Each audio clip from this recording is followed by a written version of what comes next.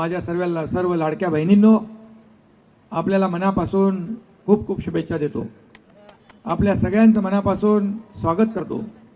आणि लाडक्या बहिणी जास्ती आहेत, लाडके भाऊ संख्येने कमी आहेत. लाडक्या बहिणींची मेजॉरिटी ज्यादा आहे. आणि म्हणून मी आपल्याला आपल्या या कार्यक्रमाला शुभेच्छा द्यायला आलोय. खरं म्हणजे गेले 2.5 वर्ष या महाराष्ट्रामध्ये सर्वसामान्य लाडक्या बहिणींच्या, लाडक्या भावांच्या, लाडक्या शेतकऱ्यांच्या, लाडक्या ज्येष्ठांच्या सर्वांच्या मनातलं सरकार आपण आणलं. आणि त्यानंतर अनेक प्रकल्प आपण सुरू केले, जे रखडलेले होते. अनेक प्रकल्प, विकासाचे प्रकल्प, त्याला आपण चालना दिली, त्यांना पुढे आणलं आणि ते पूर्णही केले. आणि त्याचबरोबर लोकाभिमुख कल्याणकारी योजना आपण सुरू केल्या. आता माझ्या लाडक्या बहिणी इकडे उपस्थित आहेत. लाडक्या बहिणींना मुख्यमंत्री माझी लाडकी बहीण योजनेतून कोणाकोणाला लाभ झालाय त्यांनी हात वर करा. भरपूर हात वरती आहेत. आणि त्यामुळे लाडकी बहीण योजना आपली यशस्वी झाली. मग लाडका भाऊ आपण युवा प्रशिक्षण योजना केली, लाडका शेतकरी योजना केली, ज्येष्ठांसाठी आपण वयोश्री योजना केली, ज्येष्ठ लोकांसाठी एसटी मध्ये 50% सवलत आपण महिलांना दिली. लेक लाडकी लखपती योजना आपण सुरू केली. मुलीचा जन्म झाला 5,000, त्यानंतर शाळेत गेली 6,000, 5वीत गेली 7,000 आणि 11वीत गेली 8,000 आणि मग वयाच्या 18व्या वर्षापर्यंत त्या मुलीच्या खात्यात 1 लाख रुपये जमा करण्याचा देखील आपण निर्णय घेतला. आणि ज्या मुलींना उच्च शिक्षणासाठी पालकांना परवडत नव्हतं त्यांना 50% सवलत होती. 50% सवलत ज्या मुलींना होती उच्च शिक्षणामध्ये त्यांना देखील आपण, एका मुलीने आत्महत्या केली, 50% देखील पालकांना भरता येत नाही, म्हणून तुमच्या या लाडक्या भावाने त्यांचे 50%चे 100% फी माफ करून टाकली. अशा अनेक आपण योजना केल्या, शेतकऱ्यांसाठी केल्या, ज्येष्ठांसाठी केल्या, तरुणांसाठी केल्या. आणि या राज्यामध्ये असे अनेक निर्णय आपण घेतले की कधी आतापर्यंतच्या इतिहासामध्ये एवढे मोठे निर्णय घेतले नव्हते. आणि त्यामुळे या विधानसभेच्या निवडणुकांमध्ये तुम्ही एवढा मोठा विजय मिळवून दिला की सगळ्या विरोधकांचं डिपॉझिट गुल झालं, चारी मुंड्या चित झाले आणि महायुती सरकार निवडून आलं, बहुमताने आलं. आणि म्हणून आता आमची जबाबदारी आणखी वाढलेली आहे.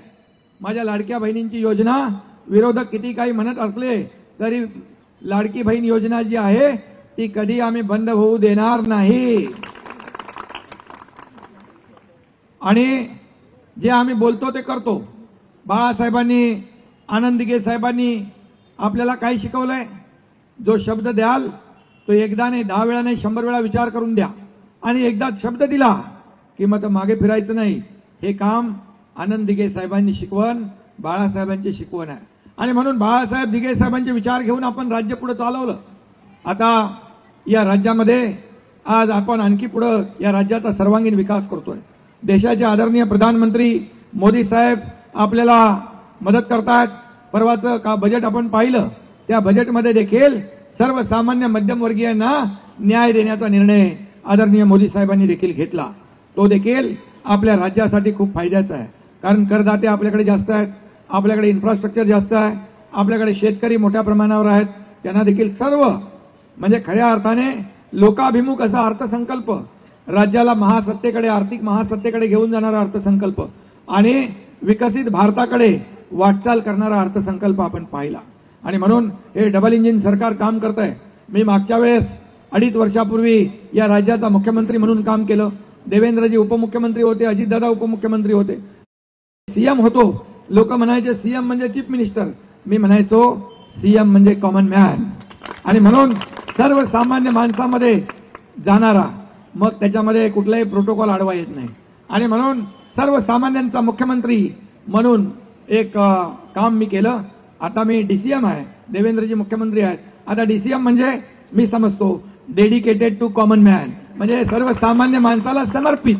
शेवटी सर्वसामान्य माणूसच आपला आहे ना, आपली नाळ त्याच्याबरोबर जुळलेली आहे. आणि म्हणून मी आपल्याला एवढंच सांगतो की या राज्यामध्ये जे काम केलं ते ऐतिहासिक होतं. आता देखील यापुढे आपल्याला आणखी काम करायचं आहे. आणि म्हणूनच या लाडक्या बहिणी ज्या आहेत माझ्या, या लाडक्या बहिणी, लाडके भाऊ, सगळ्यात मोठा सिंहाचा वाटा लाडक्या बहिणींचा आमच्या विजयामध्ये.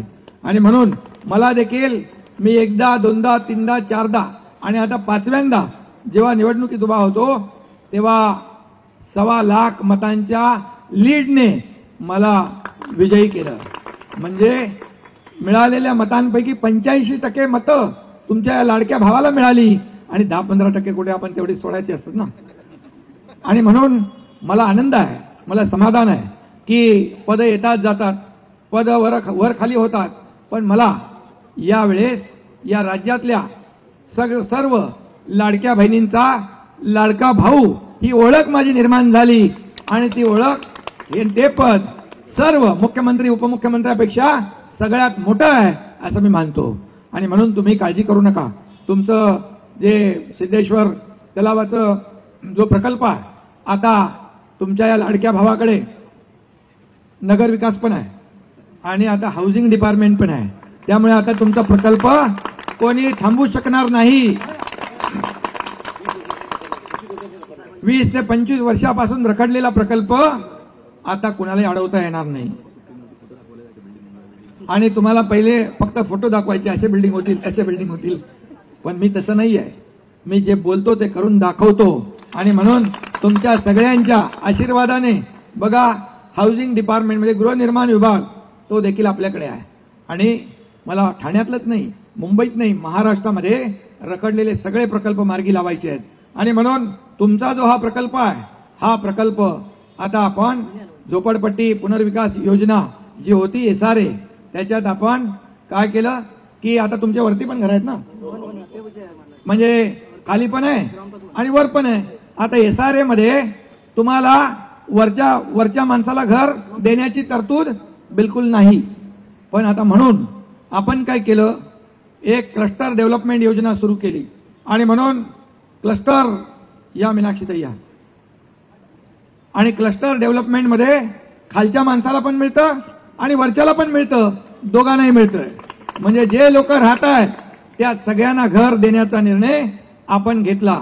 आणि क्लस्टर हे डेव्हलपमेंट हे खरं म्हणजे हे तुमचा हा लाडका भाऊ गेले 20 वर्षापासून संघर्ष केला. माझं एवढंच होतं, कारण धोकादायक इमारतीमधल्या लोकांना घरं कशी देणार, ते अनधिकृत इमारती आहेत. SRA मधल्या खालच्या माणसाला तर मिळेल, वरच्या माणसाला कसं देणार. म्हणून आपण क्लस्टर डेव्हलपमेंट आपण सुरू केली. ही क्लस्टर डेव्हलपमेंट ही योजना देशात नाही, जगात कुठंच नाही, ती आपण महाराष्ट्रामध्ये आणली आहे. आणि ते तुमच्या या लाडक्या भावाचं स्वप्न आहे की क्लस्टर डेव्हलपमेंटच्या माध्यमातून सगळ्यांना घरं, जसं पंतप्रधान मोदी साहेब म्हणतात सगळ्यांसाठी घरं, तसे या राज्यामध्ये, ठाण्यामध्ये, मुंबईमध्ये सगळ्यांसाठी घरं देणारा हा क्लस्टर डेव्हलपमेंट आहे. कारण SRA मध्ये खालच्याला मिळतं, वरच्याला मिळत नाही. आणि म्हणून तो वाद नको, म्हणून आपण क्लस्टर डेव्हलपमेंट आणलं. आणि म्हणून तुम्हाला एक आनंदाची, समाधानाची एक बाब जी आहे, तुमचा ते सगळी प्रक्रिया पूर्ण झालेली आहे प्रल्हाद, बरोबर, सर्व प्रक्रिया पूर्ण झालेली आहे. आणि आता मला वाटतं नारळ फोडायचाच बाकी आहे भूमिपूजनाचा. आणि तो देखील आपण, तुम्ही बऱ्याच वर्षापासून वाट बघत होता, कधी होणार कधी होणार कधी होणार. पण आता खऱ्या अर्थाने मगाशी मी म्हणालो की आता आपल्याला नियम बदलायचे असतील तरी नगरविकास माझ्याकडे आहे, आणि घर बांधायचं असेल तरी गृहनिर्माण विभाग माझ्याकडे आहे. त्यामुळे आता तुम्हाला तुमच्या विकासामध्ये कुणालाही आडवं येता येणार नाही, अडथळा निर्माण करता येणार नाही. कारण पूर्वीचे लोक काय दाखवत होते फोटो, ते मी नाही सांगत. आता फक्त मोठ्या मोठ्या स्क्रीन लावायचे आणि दाखवायचे असे इमारत, ही बिल्डिंग. आता प्रत्यक्षात तुम्हाला म्हणजे हक्काचं घर हे प्रत्येकाचं स्वप्न असतं. आणि हे स्वप्न जे आहे हे पूर्ण करण्याचं काम ठाणे काय, मुंबई काय, महाराष्ट्र काय, प्रत्येकाला आपल्याला हक्काचं घर पाहिजे असतं, चांगल्या प्रतीचं, चांगल्या क्वालिटीचं घर पाहिजे असतं, आणि आपल्याला वेळेमध्ये घर पाहिजे असतं. त्यामुळे या क्लस्टरचा म्हणजे जे महत्व आहे की आता एक बिल्डिंग आपण अशी उभी केली तर त्याच्या काय मिळणार, अम्युनिटी काय मिळणार नाही, मैदान नाही, गार्डन नाही, दवाखाना नाही, काही नाही. आणि या क्लस्टरमध्ये या सगळ्या सुविधा या ठिकाणी आपल्याला मिळतील. आणि म्हणून मला या सर्व लोकांनी सांगितलं तुमचा सगळ्यात महत्वाचा विषय हाच आहे. आणि त्यामुळे हळदी कुंकू फक्त नावाला ठेवले काय औचित्य आहे, पण खरा विषय तुमचा घरांचा आहे. त्यामुळे तुम्हाला लवकरात लवकर तुमचा प्रकल्प सुरू होईल आणि लवकरात लवकर नुसतं सुरू होऊन नाही, मला समाधान कधी होईल, तुम्हाला घराची चावी मिळेल, किल्ली मिळेल, घरात राहायला जाल त्या दिवशी मात्र मला आनंद होईल. आणि म्हणून सर्व माझ्या लाडक्या बहिणींना खूप खूप शुभेच्छा देतो, मनापासून आपल्याला धन्यवाद देतो आणि असंच प्रेम आशीर्वाद कायम असू द्या. यापुढे देखील जेव्हा जेव्हा जेव्हा अडचणी असतील तेव्हा तेव्हा हा एकनाथ शिंदे तुमच्या पाठीशी खंबीरपणे उभा राहील ही खात्री आपल्याला देतो. कारण तुम्ही ठाणेकर, आनंद दिघे साहेबांनी मला संधी दिली, बाळासाहेबांचे आशीर्वाद लाभले आणि ठाणेकरांचे आशीर्वाद लाभले, म्हणून हा सर्वसामान्य कार्यकर्ता या महाराष्ट्राचा मुख्यमंत्री होऊ शकला. आणि त्यामुळे ठाणेकरांचा जो जिव्हाळ्याचा विषय आहे तो जिव्हाळ्याचा विषय मार्गी लावण्याचं काम ही जबाबदारी माझी आहे. आणि म्हणून